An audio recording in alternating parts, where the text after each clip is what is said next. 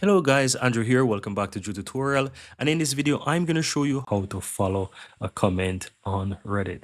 So if you're scrolling through Reddit, you find a viral post or something that you want to follow, keep track of, you can go ahead and do that. So here is, for example, a very interesting post, right? And let's say I want to continue to follow this. You can either make a comment or you can find a comment that is actually really cool and you want to follow it.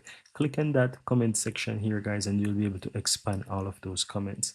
So that could be the first comment. It could be something you said and you want to get a response or whatever, right? You can go ahead and click the three dots to the right hand side of those comments, and here you'll have the option to follow.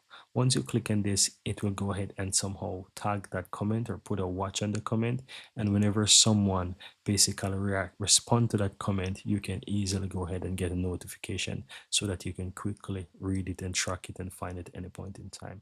Now, if you want to unfollow it, you can easily find it again and you'll have the option to unfollow that comment. But it's that easy, guys.